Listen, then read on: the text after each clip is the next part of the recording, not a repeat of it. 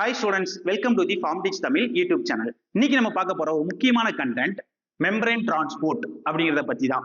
இந்த membrane transport அப்படிங்கறத அடிக்கடி 5 மார்க் क्वेश्चनல கேட்பாங்க. அது மட்டும் இல்லாம சம்டைம்ஸ் பாத்தீங்கன்னா 10 மார்க்ல கேட்பாங்க யுனிவர்சிட்டி எக்ஸாமினேஷன்ல. அது போக பாத்தீங்கன்னா இந்த மெம்பரேன் டிரான்ஸ்போர்ட்டை இன்டைரக்டா எப்படி சொல்லுவாங்க அப்படின்னா டிரான்ஸ்போர்ட் அக்ராஸ் செல் மெம்பரேன் அப்படின்னு கேட்பாங்க. அப்போ முதல்ல நம்ம என்ன தெரிஞ்சுக்கலாம் அப்படின்னா மெம்பரேன் டிரான்ஸ்போர்ட் அப்படின்னா என்ன அப்படிங்கறத தெரிஞ்சுக்கலாம். மெம்பரேன் டிரான்ஸ்போர்ட் அப்படிங்கிறது ஒண்ணும் கிடையாது. டிரான்ஸ்போர்ட் அப்படின்னா என்ன அர்த்தம்? ஒரு இடத்துல இருந்து இன்னொரு இடத்துக்கு மூவ் பண்றத நம்ம டிரான்ஸ்போர்ட் அப்படிம்போம்.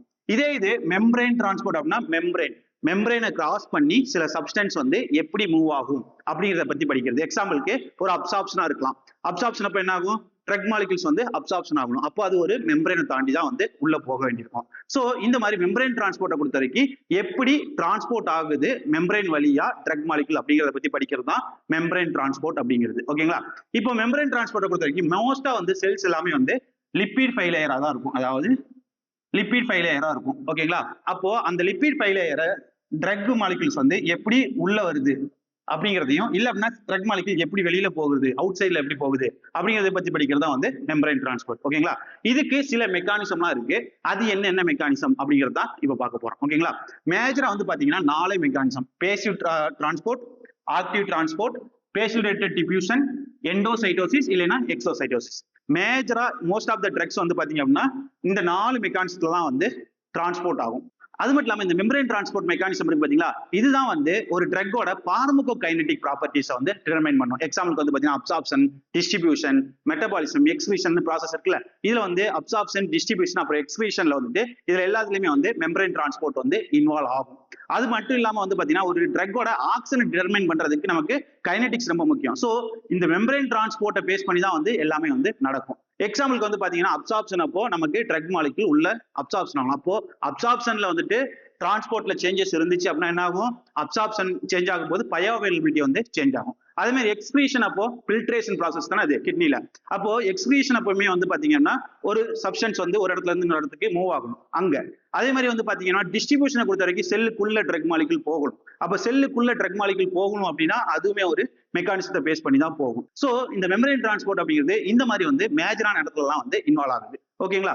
இப்போ ஒவ்வொரு மெம்பரேன் டிரான்ஸ்போர்ட்டையும் என்ன அப்படிங்கறத நான் சிம்பிளா உங்களுக்கு புரியுற மாதிரி எக்ஸ்பிளைன் பண்றேன். என்ன அப்படின்னா first passive transport. Passive transport அப்படின்னா ஒண்ணும் கிடையாது. பேசிவ்னா ஹை டு லோ அப்படின்னு சொல்லலாம். அதாவது ஹையர் கான்சென்ட்ரேஷன்ல இருந்து சப்ஸ்டன்சஸ் லோவர் கான்சென்ட்ரேஷனுக்கு மூவ் ஆச்சு. அதாவது கான்சென்ட்ரேஷன் கிரேடியன்ட்.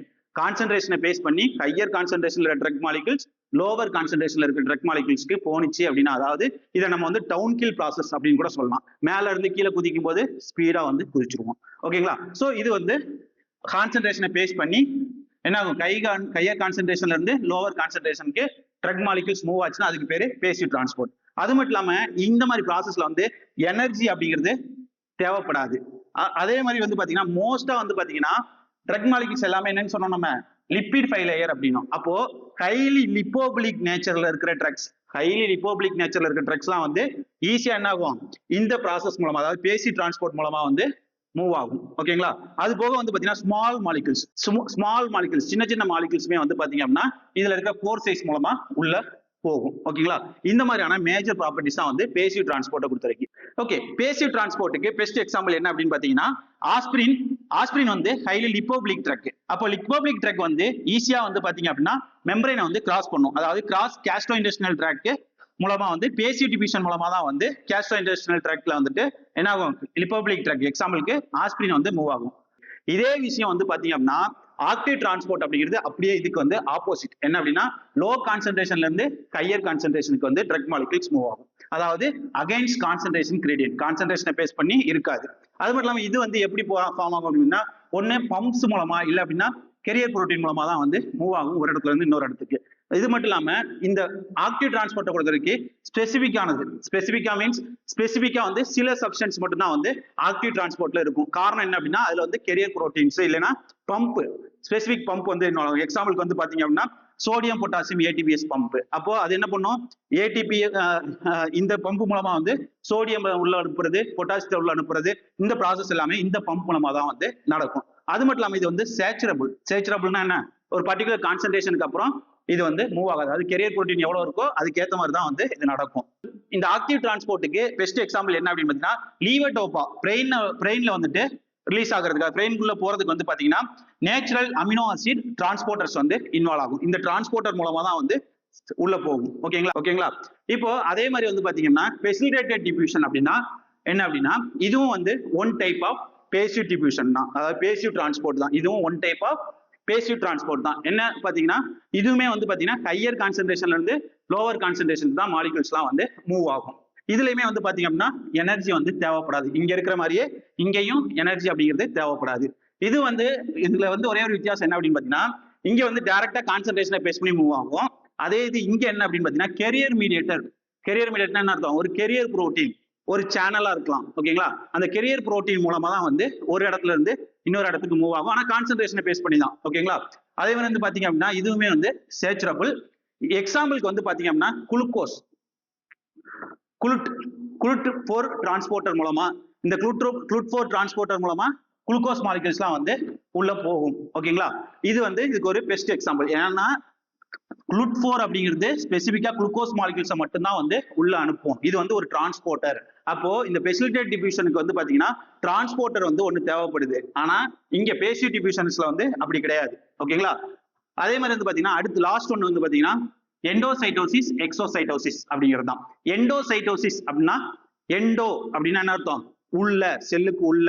அப்போ இந்த எண்டோசைட்டோசிஸ் எக்ஸோசைட்டோசிஸ் ரெண்டுமே வந்து பாத்தீங்கன்னா வெசிகுலர் டிரான்ஸ்போர்ட் அப்படின்னு சொல்லுவாங்க இந்த டிரான்ஸ்போர்ட் மெக்கானிசத்தை.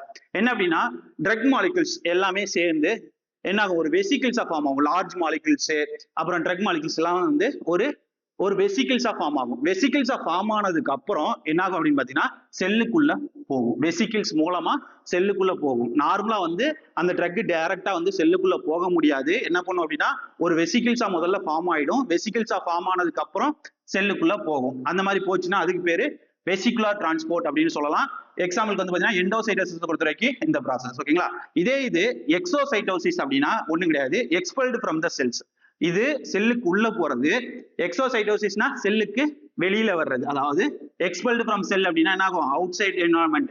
செல்லுக்கு உள்ள இருந்து வெசிகிள்ஸா ஃபார்ம் ஆகி வெசிகிள்ஸ் வந்து மெம்பரேன்ல வந்துட்டு மெம்பரேன் மூலமா வந்து பியூஸ் ஆகி அது வழியா வந்து வெளியில வரும். எக்ஸாம்பிளுக்கு வந்து பாத்தீங்க அப்படின்னா இதை பொறுத்த வரைக்கும் பெஸ்ட் எக்ஸாம்பிள் வந்து பாத்தீங்கன்னா விட்டமின் B12 என்ன ஆகும் அப்படின்னு பாத்தீங்க அப்படின்னா ரிசெப்டார் மீடியேட்டர் எண்டோசைட்டோசிஸ் மூலமா வரும். எண்டோசைட்டோசிஸ்க்கு எக்ஸாம்பிள் விட்டமின் B12 வந்து பாத்தீங்கன்னா ரிசெப்டார் மீடியேட்டர் எண்டோசைட்டோசிஸ் மூலமா தான் வந்து ரிலீஸ் ஆகும். ஓகேங்களா.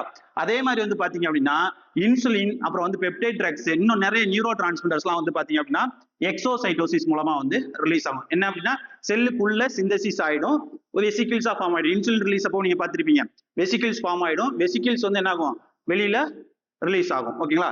இது எல்லாமே வந்து எக்ஸோசைட்டோசிஸ் ப்ராசஸ் மூலமா நடக்கும். ஓகேங்களா. ஓகே ஸ்டூடெண்ட்ஸ், இன்னைக்கு உங்களுக்கு கிளியரா அண்டர்ஸ்டாண்ட் ஆயிருக்கும் அப்படின்னு நினைக்கிறேன். மெம்பரேன் டிரான்ஸ்போர்ட் அப்படின்னா என்ன அப்படிங்கறத பத்தி. மெம்பரேன் டிரான்ஸ்போர்ட் அப்படிங்கிறது என்ன, ட்ரக் மாலிகூல்ஸ் ஒரு இடத்துல இருந்து இன்னொரு இடத்துக்கு மூவ் ஆகிறது, மெம்பரேன் மூலமா டிரான்ஸ்போர்ட் ஆகிற ப்ராசஸ்க்கு பேர் தான் மெம்பரேன் டிரான்ஸ்போர்ட். இதை பொறுத்த வரைக்கும் மேஜரா வந்து நம்ம 4 டைப்ஸ் பார்த்தோம். பேசிவ் டிரான்ஸ்போர்ட், ஆக்டிவ் டிரான்ஸ்போர்ட், அப்புறம் ஃபெசிலிட்டேட்டட் டிஃப்யூஷன், அது போக எண்டோசைட்டோசிஸ் எக்ஸோசைட்டோசிஸ். இந்த ப்ராசஸ்லாம் நம்ம வந்து என்ன அப்படிங்கறத கிளியரா பார்த்திருக்கோம். சோ இந்த வீடியோ கண்டிப்பா உங்க எல்லாத்துக்குமே யூஸ்ஃபுல்லா இருந்திருக்கும்னு நினைக்கிறேன். இதே மாதிரி நம்ம ஃபியூச்சர்ல நிறைய பார்மசி ஸ்டூடெண்ட்ஸ்க்கு யூஸ் ஆகிற பார்மகாலஜி ரிலேட்டடான வீடியோக்கள் நிறைய நம்ம தொடர்ந்து பார்ப்போம். அந்த மாதிரி வீடியோக்களை நீங்க தொடர்ந்து பார்க்கிறதுக்கு தமிழ்ல பார்மசி ரிலேட்டடான கண்டென்ட் கத்துக்கிறதுக்கு மறக்காம நம்ம சேனலை சப்ஸ்கிரைப் பண்ணி வச்சுக்கோங்க. ஓகே ஸ்டூடெண்ட்ஸ், நம்ம நெக்ஸ்ட் வீடியோல பார்க்கலாம். பை.